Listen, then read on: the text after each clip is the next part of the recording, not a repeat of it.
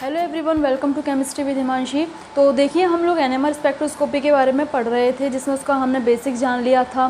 ठीक है, टर्म्स के बारे में जान लिया था कि कौन कौन से एनएमआर एक्टिव न्यूक्लियाई होंगे, कौन कौन से एनएमआर इनएक्टिव न्यूक्लियाई होंगे, और अपना क्या कहते हैं फॉर्म जो एनर्जी गैप होता है दोनों स्टेट्स के बीच में वो क्या होता है, ये एनर्जी स्टेट कैसे बनती है वगैरह। ठीक है, आज हम क्या करेंगे, जितना भी हमने लास्ट क्लास में पढ़ा था उन सब के ऊपर न्यूमेरिकल जो जो आ सकते हैं वो देखेंगे। ठीक है, लास्ट ईयर में आए हुए क्वेश्चंस देखेंगे, उसके लिए जो जो फॉर्मूले हैं उन सबको पहले एक तरफ लिख लेते हैं, जिससे क्या होगा कि आपके जितने भी क्वेश्चन होंगे ना वो ईजिली सॉल्व हो जाएंगे। ठीक है, तो शुरू करते हैं अपना आज का टॉपिक, जिसमें हमने करने हैं फॉर्मूले। तो देखिए, सबसे पहले आपका फॉर्मूला आता है रेजोनेंस फ्रिक्वेंसी का, कि कौन सी फ्रिक्वेंसी है जिस पर आपके न्यूक्लियाई क्या होंगे, रेजोनेट होंगे। इसका मतलब क्या होगा, ट्रांजिशन होगा, लोअर लेवल से अपर लेवल में जाएंगे। तो आपके लिए फ्रिक्वेंसी क्या बताई थी, G beta H naught upon H. आपको याद हो तो आपको मैंने एनर्जी गैप का फॉर्मूला बताया था कि यार delta E is equal to G beta H nought. ठीक है, और डेल्टा ई क्या होता है आपका, एच न्यू होता है।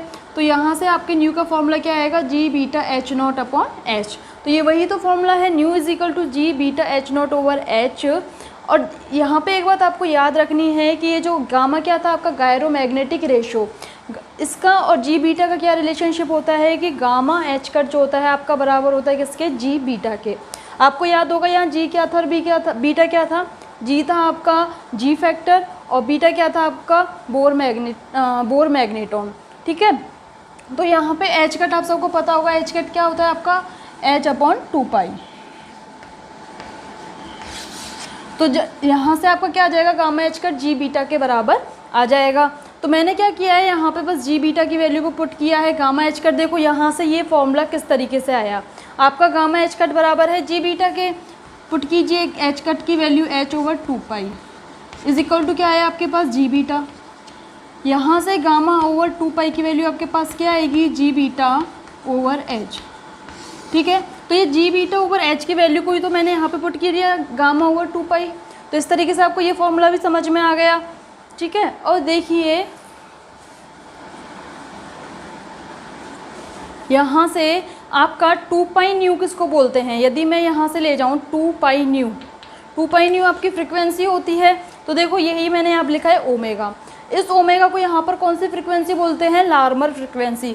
ओमेगा क्या है आपकी, लार्मर फ्रिक्वेंसी। ठीक है, और ये लार्मर फ्रिक्वेंसी क्या होती है उसको अपन एक बार अच्छे से समझ लेते हैं। तो देखिए क्या होती है आपकी लार्मर फ्रिक्वेंसी, जिस तरीके से लट्टू आपका किस तरीके से घूमता है, इस तरीके से अपनी एक्सिस के चारों तरफ इस तरीके से घूमता है, इसी तरीके से आपके न्यूक्लियाई मोशन करते हैं। न्यूक्लियाई क्या होता है, अपने एक्सिस पर मोशन करता है, साथ में यदि अपन बाहर से मैग्नेटिक फील्ड लगाएंगे तो उसकी प्रेजेंस में उसकी भी जो मोशन होगी वो प्रेसेशनल हो जाएगी। ठीक है, तो किस तरीके से यदि आपने बाहर से मैग्नेटिक फील्ड लगा दिया है एच नॉट का, ठीक है, तो आपका न्यूक्लियाई भी इस तरीके से मोशन करेगा, इस तरीके से घूमेगा। ठीक है, तो ये क्या हो गया इसका, इस तरीके से इसने मोशन किया है। और कोई भी चीज़ यदि आपकी इस तरीके से रोटेट हो रही है तो उससे जो फ्रिक्वेंसी जुड़ रही है उसको अपन डिनोट करते हैं ओमेगा से। इसी ओमेगा को अपन बोलेंगे क्या, लार्मर फ्रिक्वेंसी। ठीक है, तो आपको ये बात समझ में आई है लार्मर फ्रिक्वेंसी क्या है। और एक बात आप याद रखो, यदि आपने बाहर से मैग्नेटिक फील्ड को ज़्यादा लगाया है तो ये इसकी प्रेसेशनल मोशन भी ज़्यादा हो जाएगी, प्रेसेशनल मोशन भी ज़्यादा हो जाएगी तो ओमेगा की वैल्यू भी क्या हो जाएगी, बढ़ जाएगी। ठीक है, तो जितना ज़्यादा आपका मैग्नेटिक फील्ड होगा उतना ही ज़्यादा आपकी क्या होगी, ये लार्मर फ्रिक्वेंसी होगी। और आपको ये बात समझ में आ गई होगी, ये ओमेगा क्या है, यहाँ पे लार्मर फ्रिक्वेंसी है। तो यहाँ से आपके क्या हुआ, ये आपके रेजोनेंस फ्रिक्वेंसी का फॉर्मूला हुआ। ये इस फॉर्म में भी क्वेश्चन दे सकता है, इस फॉर्म में भी और इस फॉर्म में भी, आपको तीनों ही तरीके आने चाहिए। ठीक है, अब देखते हैं सिलेक्शन रूल। सिलेक्शन रूल का मतलब क्या होता है कि सारे के सारे ट्रांजिशन पॉसिबल होते हैं क्या। ठीक है, तो उनके लिए सिलेक्शन रूल क्या होगा, एम आई की जो वैल्यू है, या फिर आप बोलो डेल्टा एम आई की वैल्यू क्या होनी चाहिए, ±1 होनी चाहिए। आपके लिए मैंने इस तरीके से एनर्जी स्टेट बनाई थी, स्प्लिट किया था मैग्नेटिक फील्ड की प्रेजेंस में। ठीक है, अगर आप बात करो, अगर यहाँ पे आपका ये +-1/2 था एब्सेंस में, ठीक है, आपने बाहर से कोई मैग्नेटिक फील्ड नहीं लगाया हुआ है, उसकी एब्सेंस में ये आपके डीजनरेट थे, एनर्जी लेवल या स्पिन स्टेट डीजनरेट थी। फिर आपने जब मैग्नेटिक फील्ड लगा दिया है एच नॉट, तो उसकी प्रेजेंस में आपके क्या हो गए थे, स्प्लिट हो गए थे। स्प्लिट होने के बाद नीचे ये +1/2 था और ये क्या था, -1/2 था, इस तरीके था। अब यहाँ पे ये क्या था, ये m की वैल्यू थी आपके पास। अब यहाँ देखिए, यहाँ पे आपके पास डेल्टा m की वैल्यू क्या आ रही है। अच्छा, किसी भी चीज़ का डेल्टा निकालते हैं, डिफरेंस निकालते हैं, तो फाइनल माइनस इनिशियल करते हैं। यहाँ पे कीजिए फाइनल माइनस इनिशियल, -1/2 माइनस +1/2, तो ये देखिए -1 आया। डेल्टा m की वैल्यू कितनी आई है, -1 आई है, यानी कि ये आपकी ये शर्त कंप्लीट हो रही है, तो ये ट्रांजिशन क्या होगा, पॉसिबल होगा। यानी कि ये सिलेक्शन रूल क्या कहता है कि केवल उन्हीं दो स्टेट के बीच में ट्रांजिशन होगा जिनके बीच में डेल्टा mi की वैल्यू क्या होगी, या तो प्लस का 1 होगी या माइनस का 1 होगी। इतनी बात आपको समझ में आई, ठीक है। तो और ये आपका एनर्जी का फॉर्मूला होता है। अब हम बात कर रहे हैं कौन से एनर्जी के फॉर्मूले की, हर एक स्टेट का एनर्जी का फॉर्मूला ये होता है NMR के लिए -mIgβH0, ठीक है। अब यहाँ पे आप mi की वैल्यू को पुट करते जाइए और सबसे कम एनर्जी लेवल वाला सबसे नीचे, फिर उससे वाला उससे ऊपर, उससे वाला उससे ऊपर। अब हम बात कर रहे थे किसकी, यदि आपकी स्पिन स्टेट 3/2 है तो आपके पास टोटल स्पिन स्टेट आए थे मैग्नेटिक फील्ड की प्रेजेंस में कितने, 4 आए थे। अब वो 4 आपको किस तरीके से निकालने हैं, इस 3/2 में से आपको 1 जो है माइनस करते हुए जाना है, ठीक है। तो आप प्लस इसमें क्या करोगे, पहले तो आप -3/2 रख दो, सॉरी +3/2 रखो, तो +3/2 में आपने -1 किया तो आपके पास क्या आएगा, 1/2, ठीक है। ये काम आपको कब तक करना है, आपको ये पता है, रुको,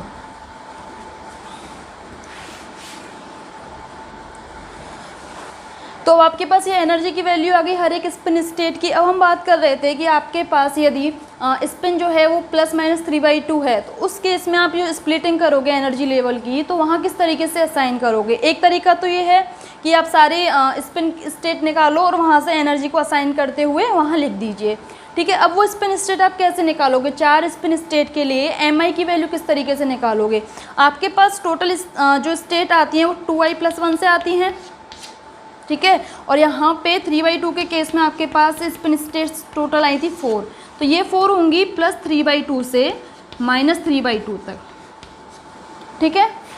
अब ये +3/2 से -3/2 तक पहुँचने के लिए आपको क्या करना है, -1 को माइनस करते हुए जाना है। देखो किस तरीके से, +3/2 में से आपने -1 किया तो आपके पास आया 1/2, तो एक लेवल तो ये हुआ आपका +3/2, दूसरा हुआ +1/2। अब 1/2 में से अगेन -1 को माइनस कीजिए तो आपके पास आएगा -1/2, और फिर उसके बाद ये -1/2 में से आप माइनस कीजिए -1, तो आपके पास आ जाएगा -3/2, तो आपको -3/2 तक ही तो पहुंचना था। तो इस तरीके से वो 4 लेवल के लिए जो mi थी वो कौन कौन सी हो जाएंगी, +3/2, +1/2, -1/2 और -3/2। इन mi की वैल्यूज़ को यहाँ पुट कीजिए और इनको एनर्जी के ऑर्डर में जमा दीजिए। तो वो जब आप एनर्जी लेवल बनाओगे तो आपको इस तरीके से आएंगे, ये +3/2, +1/2, -1/2 और ये +3/2, इस तरीके से आएगा। अब आपको ये सारी चीज़ें आई थिंक समझ में आ गई होंगी कि किस तरीके से आपको ये स्प्लिटिंग करके यहाँ से एनर्जी को असाइन करना है। अब मैं आपको बात कर रही थी यहाँ सिलेक्शन रूल की, कि वहीं आपका ट्रांजिशन होगा जहाँ डेल्टा mi की वैल्यू क्या होगी, +-1। इस चीज़ को हम अब इस वाले एग्जाम्पल से समझते हैं। देखिए किस तरीके से, +3/2 से +1/2 में जाने के लिए डेल्टा mi कितना आता है, ठीक है। डेल्टा mi निकाल रहे हैं और हम कहाँ भेज रहे हैं, स्पिन ट्रांजिशन कहाँ करा रहे हैं, +3/2 से +1/2 में, तो ये क्या आएगा आपका इस तरीके से। और जब आप इस दोनों का डिफरेंस निकालोगे तो आपके पास क्या आएगा, ये प्लस का था तो ये आपके पास आएगा -1, ठीक है। ये सिलेक्शन रूल को फॉलो कर रहा है, इसका मतलब ये वाला ट्रांजिशन आपका पॉसिबल है। अब आप एक बार यहाँ से यहाँ ट्रांजिशन देखिए पॉसिबल है क्या, तो आप कीजिए -1/2 +-3/2, ठीक है। तो ये आपके पास हो जाएगा क्या, -1/2 -3/2, ये हुआ आपके पास -4/2 यानी -2। तो ये ट्रांजिशन पॉसिबल है कि नहीं है, जी बिल्कुल नहीं है ट्रांजिशन, क्योंकि ये इस शर्त को फॉलो नहीं कर रहा है, तो ये वाला ट्रांजिशन आपका नहीं होगा। अब आप +3/2 से ये सॉरी माइनस है, -3/2 में जाइए तो देखिए -3/2 और +3/2। अब आपके पास ये डेल्टा की वैल्यू क्या आएगी, -6/2 = -3, तो ये भी पॉसिबल नहीं होगा। इसका मतलब यहाँ से यहाँ भी ट्रांजिशन पॉसिबल नहीं होगा। इस तरीके से केवल वही ट्रांजिशन पॉसिबल होंगे जहाँ पे डेल्टा mi की वैल्यू क्या आएगी, +-1। ये बातें आ गई आपको समझ में, ठीक है। अब देखिए, आपको मैंने 2 वैल्यूज़ याद करने को भी दी थी, जिनमें से आपको दी थी एक जी फैक्टर की वैल्यू। जी की वैल्यू आपको बताई थी कितनी, 5.585। ये किसके लिए थी, हाइड्रोजन एटम के लिए, और ये यूनिटलेस क्वांटिटी थी। कैसी थी आपकी, यूनिटलेस। और एक आपको मैंने याद करने को दी थी बीटा की वैल्यू, बोर मैग्नेटॉन की वैल्यू, ठीक है, जिसकी वैल्यू आपके पास थी 5.05 × 10⁻⁻27 जूल टेस्ला इनवर्स, ठीक है। ये वैल्यू आपकी बहुत काम में आने वाली है। अब आगे देखिए, गायरोमैग्नेटिक रेशो के और फॉर्मूलेज भी हैं। वो क्या क्या फॉर्मूले हैं, तो देखो, आपका ये जो गायरोमैग्नेटिक होता है ये बराबर होता है गामा आपका μ/I h, जहाँ पे म्यू आपका क्या होता है, nuclear magnetic movement. Magnetic movement किसका, न्यूक्लियर का मैग्नेटिक मूवमेंट, और न्यू की वैल्यू आपकी गामा पी के बराबर भी होती है। और ये पी आपका होता है किसके बराबर, h/2π √I × I+1। ये फॉर्मूला आपका ज़्यादा काम में नहीं आएगा नेट के उससे, पर एक बार आप याद कर लीजिए, बाई चांस क्वेश्चन आ जाए तो, ठीक है। एक फॉर्मूला हम याद कर ही चुके हैं कि गामा h कट किसके बराबर होता है, जी बीटा के बराबर होता है। और यहाँ से आपका ओमेगा किसके बराबर आया था, 2π न्यू के बराबर, और यहाँ से आपका 2π न्यू गामा h0 के बराबर, ठीक है। देखो किस तरीके से किया है, पहले आप इसको और इसको कंपेयर कीजिए, तो यहाँ से आपके पास 2π न्यू की वैल्यू कितनी आएगी, गामा h0 के बराबर आएगी। अब एक बार आप इनको और इस वाली को कंपेयर कीजिए, तो यहाँ से 2π न्यू की वैल्यू किसके बराबर आएगी, ओमेगा के बराबर। अब इन दो इक्वेशंस में देखिए, लेफ्ट साइड बराबर है तो राइट साइड भी बराबर होंगी, तो वही काम तो किया है यहाँ पे। तो ये फॉर्मूला कोई अलग से याद करने का नहीं है, ये फॉर्मूला आपका यहीं से आया है, ठीक है।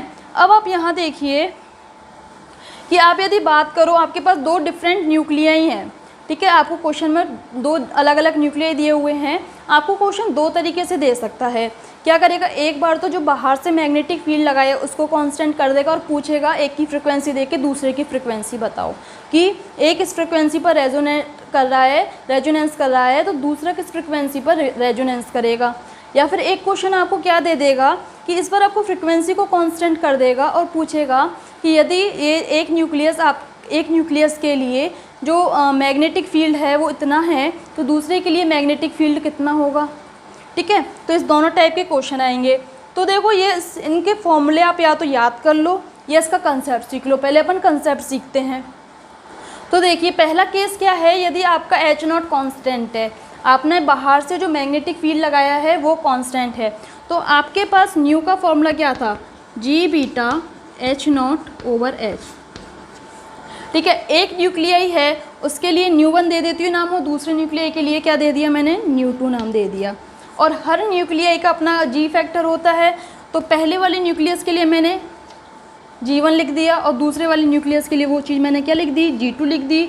बोर मैग्नेटॉन सबके लिए सेम होगा। क्वेश्चन की शर्त थी कि आपने जो H0 लगाया है वो दोनों ही न्यूक्लियाई के लिए क्या है, सेम है, तो ये तो H0 ही रहेगा। और प्लांक कांस्टेंट तो कांस्टेंट है, ये भी सेम रहेगा। अब आपको या तो न्यू1 दे के न्यू2 पूछ लेगा या न्यू2 दे के न्यू1 पूछ लेगा। किस तरीके से करना है, दोनों को डिवाइड कर दीजिए। दोनों को डिवाइड करने से आपके पास क्या आएगा, न्यू1/न्यू2, कि किसके बराबर आएगा, देखो इतना पार्ट तो एक दूसरे को कैंसिल आउट कर देगा, G1/G2। अब आप इस साइड में इस फॉर्मूले को देखिए, मैंने जो आपके लिए डायरेक्ट फॉर्मूला लिखा है, ये 2 न्यूक्लियाई हैं, एक आपके पास हाइड्रोजन है, एक 13 कार्बन है, ठीक है। अब देखो ये दोनों मैंने आपको यहाँ पे इसी तरीके से बताए थे, तो देखो वही काम तो किया है, पहले न्यूक्लियाई का अपॉन दूसरे न्यूक्लियाई का।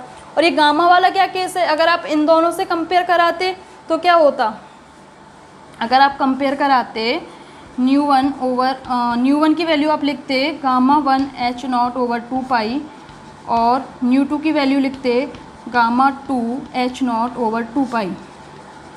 तो इस केस में क्या बचता आपके पास, न्यू1/न्यू2 बराबर गामा1/गामा2। आए बस समझ में आपको ये क्वेश्चन किस तरीके से सॉल्व करने हैं। अगर आपको H0 कांस्टेंट दिया हुआ है तो आपकी इस तरीके से फ्रिक्वेंसी आ जाएगी। दूसरा केस क्या होगा, आपको फ्रिक्वेंसी को कांस्टेंट दे देगा और आपसे मैग्नेटिक फील्ड पूछ लेगा, एक का दे के दूसरे का, तो वो कैसे करेंगे देखिए। इस बार आपका क्या है, फ्रीक्वेंसी कांस्टेंट है। पहले वाले के लिए फ्रीक्वेंसी म्यू है, दूसरे वाले के लिए भी फ्रीक्वेंसी न्यू ही रहेगी, ठीक है। पहले वाली न्यूक्लियाई के लिए ये G1 हो जाएगा, ये बीटा रहेगा बोर मैग्नेटॉन, और मैग्नेटिक फील्ड पहले वाले के लिए मैंने नाम दे दिया ये। दूसरे वाले के लिए ये G2 बीटा, इसका मैग्नेटिक फील्ड 2H, क्योंकि इस बार क्या वेरी कर रहे हैं अपन, मैग्नेटिक फील्ड को। अब आपको मैग्नेटिक फील्ड के बीच में क्या रिलेशन आएगा, ये देखिए, न्यू से न्यू कैंसिल आउट हो जाएगा, ये तो आपके पास 1 रहेगा। और यहाँ देखिए बीटा एच से बीटा एच कैंसिल आउट, आपके पास यहाँ बचेगा G1 ओवर G2। रुको, यहाँ से ये आया आपके पास G1 over G2, sorry 1 is equal to G1 H0 1 over G2 H0 2, ठीक है। अब इसे अरेंज कर लीजिए। अरेंज करने से ये आपका आएगा क्या, H0 1 ओवर H0 2 किसके बराबर, G2 ओवर G1 के, ठीक है। और यदि गामा के रिलेशन में पूछता, गैरो मैग्नेटिक रिलेशन में पूछता, तो ये आपका हो जाता गामा 2 ओवर गामा 1। आई ये बात समझ में? तो यही फॉर्मूला मैंने आपको यहाँ लिख के दिया है, ठीक है। इस तरीके से आपको ये फॉर्मूले निकालने हैं, चाहे तो इनको याद करो, चाहे आप कंसेप्ट पर रहो कि क्या दिया हुआ है और क्या निकालना है, ठीक है। यहाँ से आप एक चीज़ ये भी देख सकते हैं कि यदि आपने एक्सटर्नल मैग्नेटिक फील्ड को कांस्टेंट किया है, तो फ्रीक्वेंसी में गायरो मैग्नेटिक रेशियो में क्या रिलेशन है, ये डायरेक्टली प्रोपोर्शनल होंगे। क्या आ रहा है यहाँ से, अगर आप यहाँ से भी देखो, अगर आपने H0 को कांस्टेंट कर दिया, ठीक है। अब देखो यहाँ से क्या है, आपका H0 भी कांस्टेंट, बीटा भी कांस्टेंट, H भी कांस्टेंट, तो न्यू डायरेक्टली प्रोपोर्शनल टू किसके आएगा, G के, ठीक है। इन दोनों को कंपेयर करोगे तो न्यू डायरेक्टली प्रोपोर्शनल किसके आएगा, गामा के। तो यहाँ से भी आप डायरेक्ट कर सकते हो, न्यू1 ओवर न्यू2 बराबर G1 ओवर G2, इतना तो आपको आता होगा। और यदि आप फ्रिक्वेंसी को कांस्टेंट करते हो तो यहाँ से क्या आएगा, फ्रिक्वेंसी को कांस्टेंट करें, आपके पास फॉर्मूला है ये।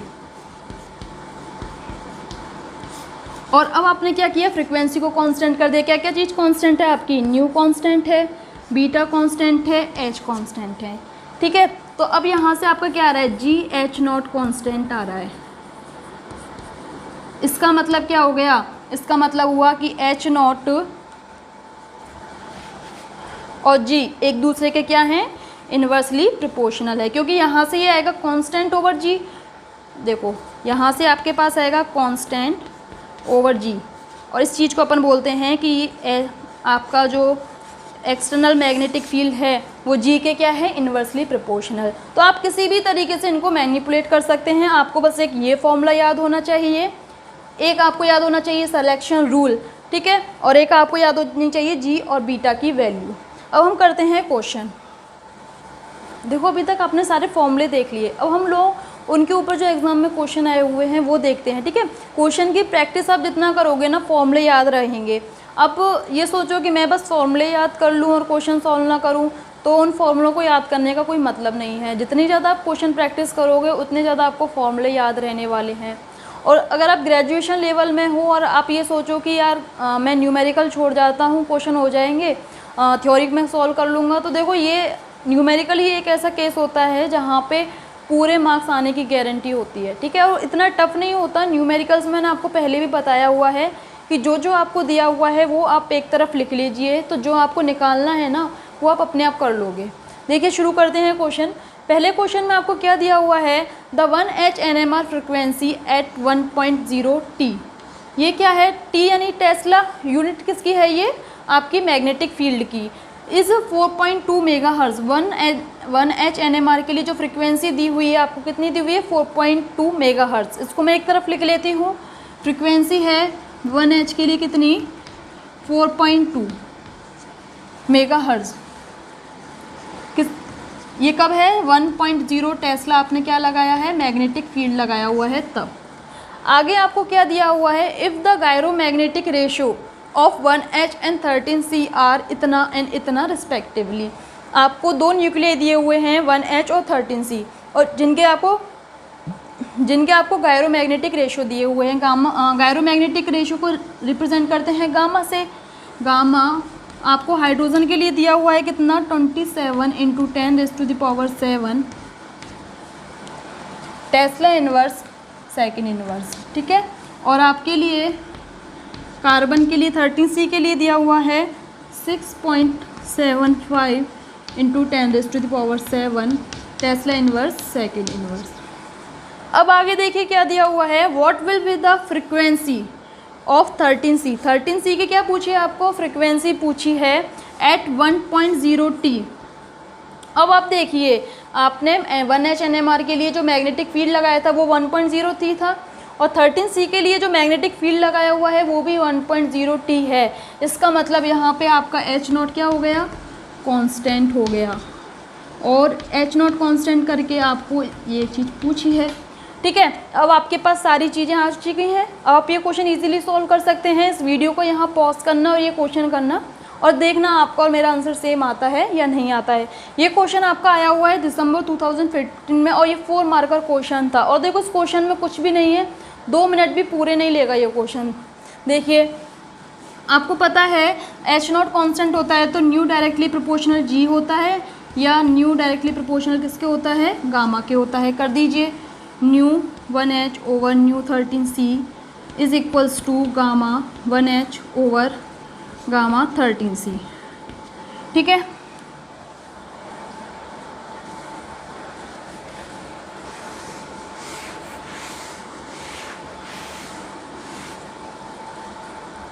अब यहाँ से गामा 1H की वैल्यू दी हुई है 4.2 मेगाहर्ट्ज, न्यू 13C आपको निकालना है। गामा 1H की वैल्यू है 27 × 10⁻⁷ टेस्ला इनवर्स सेकेंड इनवर्स, और ये है आपके पास इतना। तो ये यूनिट्स तो आपस में कैंसिल से आपका न्यू 13C किसके बराबर आया, 4.2 मेगाहर्ट्ज × 6.75। देखो यहाँ पे 10⁻⁷ से 10⁻⁷ भी कैंसिल आउट था, और ये आपका आया नीचे 27।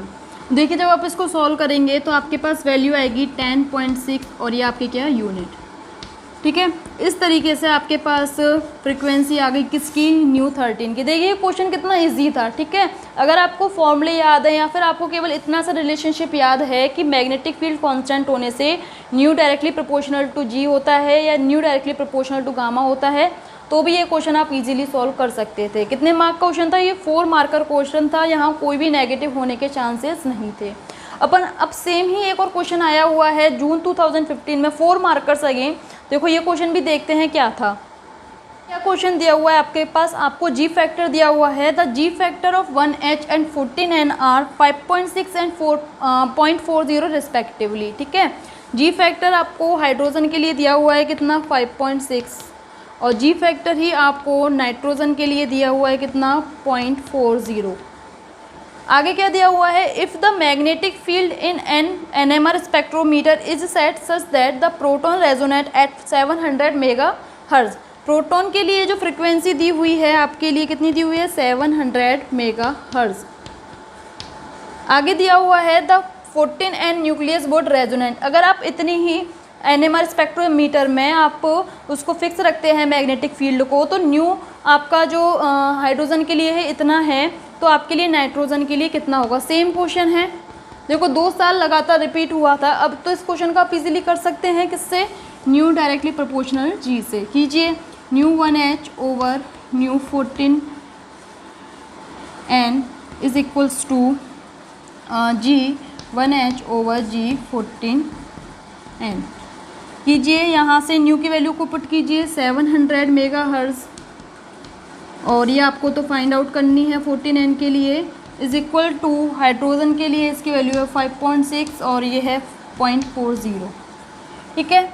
यहाँ से आपके पास न्यू 14N कितना आएगा, 700 × 0.40 ओवर 5.6, ठीक है। जब आप इसको सॉल्व करेंगे तो आपके पास देखिए आंसर क्या आएगा, ये यहाँ 100 कर लीजिए, और ये आपका हो गया 10,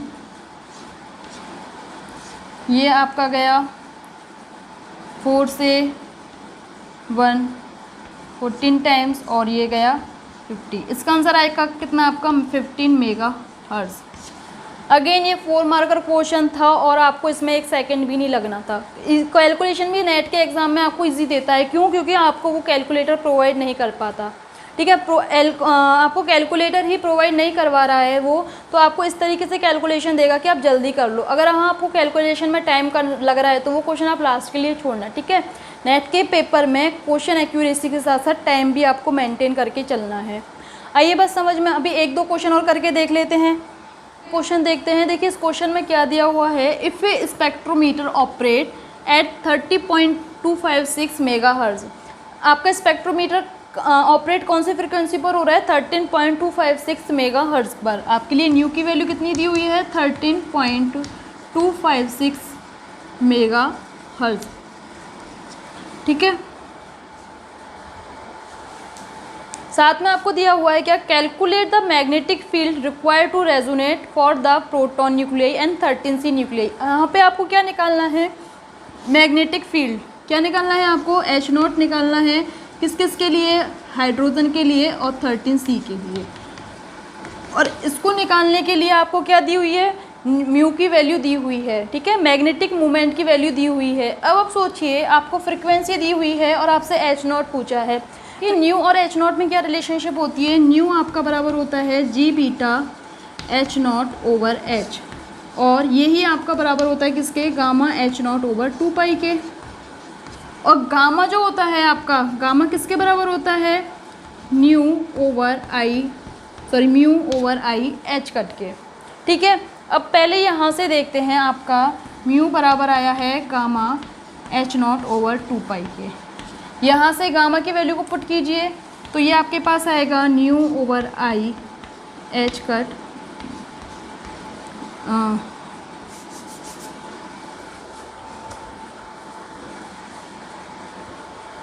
तो यहाँ से अब आप गामा की वैल्यू पुट कीजिए तो ये आएगा mu over I H cut into H0/2।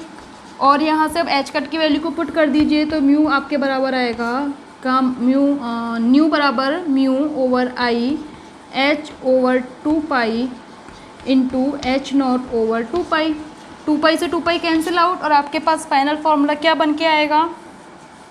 New is equals to mu H0/IH, ठीक है। ये आपके पास फॉर्मूला बन के आ गया। अब आपको क्वेश्चन में क्या निकालना है? H0 निकालिए यहाँ से H0 आपका आएगा न्यू IH/म्यू। अब देखिए, आप चाहे तो इसके लिए निकाल लीजिए हाइड्रोजन के लिए, चाहे आप 13 कार्बन के लिए निकाल लीजिए। आपको न्यू की वैल्यू दी हुई है, आपके पास आई की वैल्यू जो होगी हाइड्रोजन के लिए 1H के लिए भी 1/2 होती है और 13C के लिए भी कितनी होती है? 1/2 होती है। H क्या है? Planck constant. प्लांक कांस्टेंट की वैल्यू आपकी कितनी होती है? 6.62 into 10⁻⁻34 joule into second. Planck constant की वैल्यू हो गई। म्यू की वैल्यू आपको हाइड्रोजन के लिए अलग दी हुई है और 13C के लिए अलग दी हुई है। जब आप इन वैल्यू को यहाँ पुट करोगे तो आपके पास हाइड्रोजन के लिए भी आंसर आएगा और 13C के लिए भी आंसर आएगा। अब मैं आपके लिए हाइड्रोजन के लिए सॉल्व करके दे देती हूँ और कार्बन के लिए आप खुद सॉल्व करना और बताना कमेंट सेक्शन में कि क्या आंसर आएगा। देखिए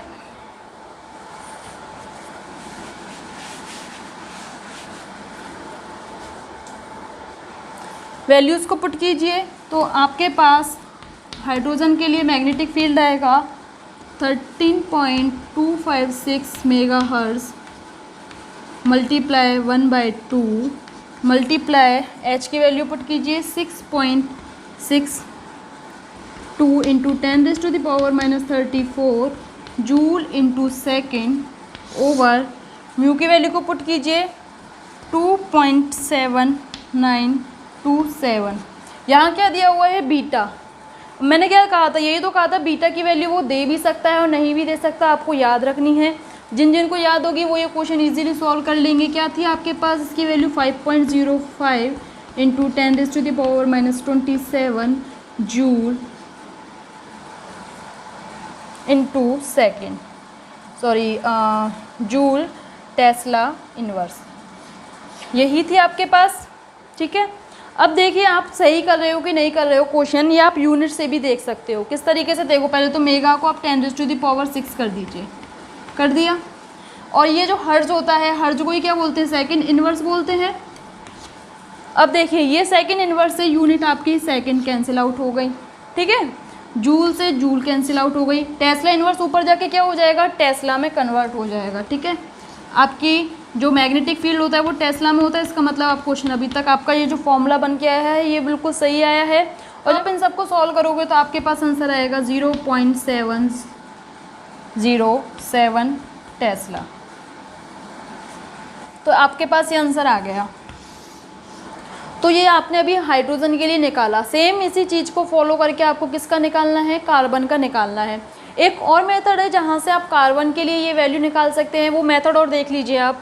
कि आपको पता है न्यू जो होता है किसके बराबर होता है, जी बीटा आई के बराबर होता है, ठीक है। अब यहाँ से आपके पास आपको न्यू कांस्टेंट दिया हुआ है, इतना तो आप समझ गए होंगे। दोनों ही सेम फ्रीक्वेंसी पर ऑपरेट हो रहे थे, तो H0 आपके जी के इन्वर्सली प्रोपोर्शनल होता है, ठीक है। और बीटा और आई जो है वो हाइड्रोजन के लिए, आई हाइड्रोजन के लिए भी 1/2 होता है, कार्बन के लिए भी 1/2 होता है, तो दोनों के लिए सेम हो गया। और बीटा भी सेम होता है, तो न्यू क्या हो गया, डायरेक्टली प्रोपोर्शनल टू जी के हो गया। किसके केस में, हाइड्रोजन और 13C के केस में। तो यहाँ से आप ये भी लिख सकते हैं, ठीक है। तो इसका मतलब 1H/H0 13C के बीच में क्या रिलेशन आएगा, mu of 13C over mu of 1H। इस चीज़ का रिलेशन का यूज़ करके आपको ये दो वैल्यू दी हुई थी क्वेश्चन में, और आप ये निकाल ही चुके हो। अभी यूज़ करके भी आप 13C के लिए वैल्यू निकाल सकते हैं, ठीक है। तो आप इस मेथड से या इस मेथड से करके 13C की वैल्यू निकाल के कमेंट सेक्शन में बताइए क्या आंसर आएगा। और इस तरीके से आपको एग्जाम में किसी भी तरीके का न्यूमेरिकल वो दे सकता है। और न्यूमेरिकल बहुत इजी होते हैं, तो अपने को ये छोड़ने भी नहीं है, ठीक है। नेक्स्ट क्लास में अपन लोग देखेंगे कि सिग्नल्स जो निकालते हैं NMR में, कि कितने टाइप्स के सिग्नल होंगे, वो किस तरीके से निकालते हैं। तब तक के लिए आप इन न्यूमेरिकल्स को करिए, और जितने भी न्यूमेरिकल्स उन्हें करिए। कोई डाउट हो तो वो मुझे कमेंट सेक्शन में बताइए। मिलते हैं नेक्स्ट वीडियो में, तब तक के लिए बाय।